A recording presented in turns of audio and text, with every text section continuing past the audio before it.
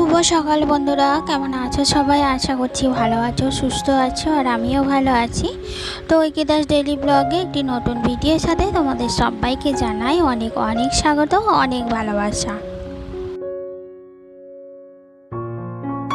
তো আজ হচ্ছে মঙ্গলবার আর এখন বাজে সকাল 7টা মতো। তো এখন থেকেই আমি আমার ব্লগটা শুরু করছি।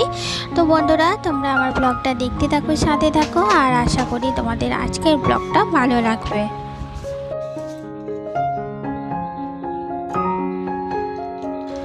যদিও সব সময় ঘরে দুধ থাকে না, তবে যেদিন দুধ থাকে সেদিন আমি দুধ চাটা খেতেই বেশি পছন্দ করি। তাই দুধ চা নিজের মতো 1 কাপ করে নিলাম। আর ওদিকে ছেলে খেয়ে টিউশন চলে গেছে, আর হাজব্যান্ডও খায় না, তো তার জন্য আমি আমার নিজের মতোই করে নিলাম। আর এখানে দেখো 2টো বিস্কুট আর একটা টোস্ট নিয়েছি।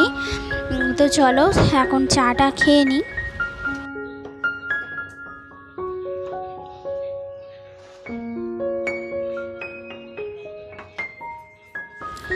তো আজ আর ঘরে গিয়ে বসে খাওয়ার সময় হলো না, কারণ তাড়াহুড়ো আছে একটু। তো যার জন্যে রান্নাঘরেই দাঁড়িয়ে দাঁড়িয়ে একটু খেয়ে নিলাম। তো তারপর ভাতটা বসাবো।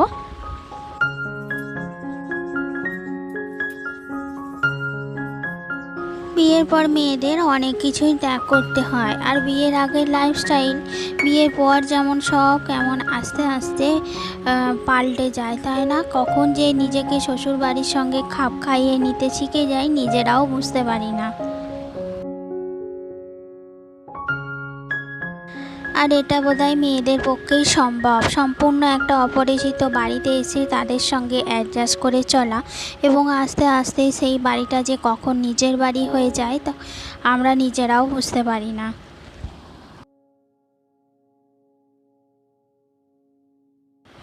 আর তখন বাপের বাড়ি গেলেও মনটা এই দিকেই পড়ে থাকে, সংসারে খুঁটিনাটি কথা সব সময় মনে পড়ে। মানে মনটা তোমার এই দিকেই থাকে, সব ব্যাপারে একটা চিন্তা থেকেই যায়। তাই বাপের বাড়ি গিয়েও যেন শান্তি পায় না।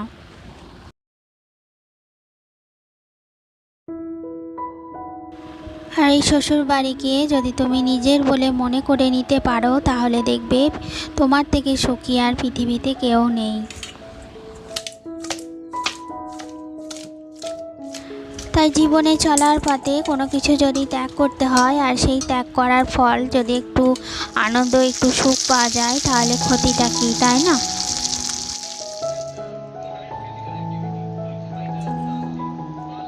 যাক, তোমাদের সাথে কথা বলতে বলতে এদিকে আমার বাটা মাছের ঝোলটাও হয়ে গেছে, আর কিছু মাছ আছে সেটা ঝাল করে নেব, যেটা আমরা রাতে জল ঢেলে ভাত খাই, তো সেই ভাতের সঙ্গে খাবো।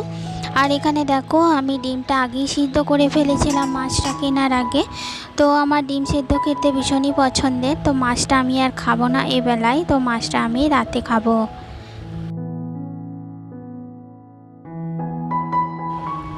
তো অনেক দিন ধরেই ভাবছিলাম তোমাদের সাথে শেয়ার করব যে আমার এই শোকেসে আমি তিল তিল করে কত কিছু জমিয়েছি, সবই রান্নাঘরের জিনিস, মানে সংসারের টুকিটাকি জিনিস, সাজের জিনিস নয়। তো সাজের জিনিস যে কিনি না এমনটা নয়, দেখতে পাচ্ছি এখানে সবই আছে, কিন্তু আমি ইউজ করি না। কেন বলো তো? কারণ আমার রান্নাঘরটা একদমই মনের মতো মানে সেরকম আর কি নয়। তার উপরে আছে ইঁদুরের অত্যাচার। যে কোনো কন্টেনার রাখছি, তেলের কন্টেনার বলো, আটার কন্টেনার, সব ঢাকাগুলো কেটে দিচ্ছে। তাই সেই জন্য রান্নাঘরেও যে একটু সাজিয়ে রাখবো সেটারও কোনো উপায় নেই। যাই হোক, এখানে আমি অনেক কিছুই কিনেছিলাম, কিন্তু কিছুই ব্যবহার করতে পারছি না। আর এইটা তো আমার খুব ভালো লাগে, কারণ এর ভেতরে না ছোট ছোট অনেক কটা কুটো আছে। তো এটাও সাজিয়ে রাখা যেত, কিন্তু তার উপায় নেই, কি করব? যতদিন না কোনো কিছু ব্যবস্থা করতে পারছি, এইগুলো এরকমই আমায় সাজিয়ে গুছিয়ে রাখতে হবে আর দেখে যেতে হবে। তো যাই হোক, এর মধ্যে আরও অনেক কিছুই আছে, মানে আমার এই শোকেসটা সংসারে টুকিটাকি জিনিস। যারা যারা দেখতে চাও তারা অবশ্যই আমাকে কমেন্ট করে বলো, তাহলে তোমাদের রিকোয়েস্টে আমি এই ভেতরে যে যে জিনিসগুলো আছে সেইগুলো নিয়ে একটা ভিডিও করার চেষ্টা করব। আর আজকে এইগুলো তোমাদের দেখানোর উদ্দেশ্য নয়, আসলে এইখানটা না প্রচণ্ড ধুলো পড়েছে, আর এই জিনিসগুলো ধুলো পড়লে পুরোনো মতো হয়ে যাবে। তো যার জন্যে এইখানটা একটুখানি মুছবো বলে কাঁচগুলোও খুলে পরিষ্কার করলাম। তো কাঁচগুলো শুকাতে দিয়েছি, আর এই যে এটা খুলে আমি কাঁচটা লাগাতে পারি স্ক্রুড্রাইভার দিয়ে, যার জন্য এটা আমি করে থাকি।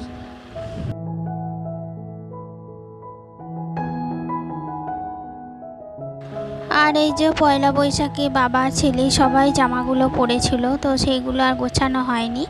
আর এগুলো হাজব্যান্ড কি বলো তো, যখন মন হবে পরবে আবার রেখে দেবে। তো আমি ভাঁজ করে সরিয়ে রাখছি, কারণ আল্লাটা এই তো আগের ব্লগে শেয়ার করলাম গুছাইছি। এরপর যদি সব আবার এলোমেলো হয়ে যায় মাথাটা গরম হয়ে যাবে, তার জন্য আগে গুছিয়ে তুলে রাখছি।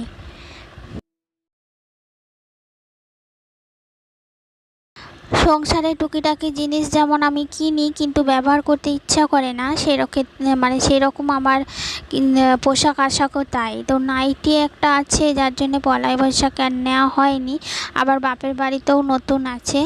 তো ওদিকে বোন কিনে রেখেছে, যার জন্য কি বলো তো আমার নিজের জন্য আর কিছু কিনিনি, কারণ অতগুলো নাইটি এখন তো লাগবে না, তার জন্য আর কিছু কেনা হয়নি। তো পরে সেই সময় কোনো কিছু প্রয়োজন হলে তখন আবার বাজারে গিয়ে সেই জিনিসটাই আমি নেব।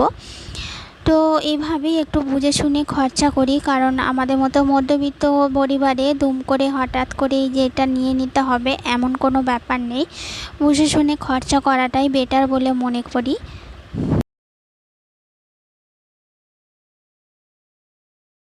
তো খাওয়া দাওয়ার পর এবার একটু দুপুরবেলায় রেস্ট নেব, আর আমি একাই শোবো। ছেলে তো স্কুলে গেছে আর হাজব্যান্ড খেয়েছে, কিন্তু বাইরে আমাদের বাগানে বসে আছে। ঘরে তো টেকা যায় না, এত প্রচণ্ড পরিমাণে গরম, কিন্তু কিছু করার নেই, ঘরেতেই থাকতে হবে। আর কি বলো তো, শুয়ে শুয়ে ভাবি ছেলেটা থাকলে ভালো হতো, বেচারা রোদে রোদে স্কুলে গেছে আসবে, এইসব ভাবতে ভাবতেই কখন ঘুমিয়ে যায়। তো যাই হোক বন্ধুরা, ভিডিওটা আজকের মতো এতটুকুই রাখছি। ভালো লাগলে অবশ্যই একটা লাইক দিও, আর দেখা হবে নেক্সট ব্লগে। টাটা।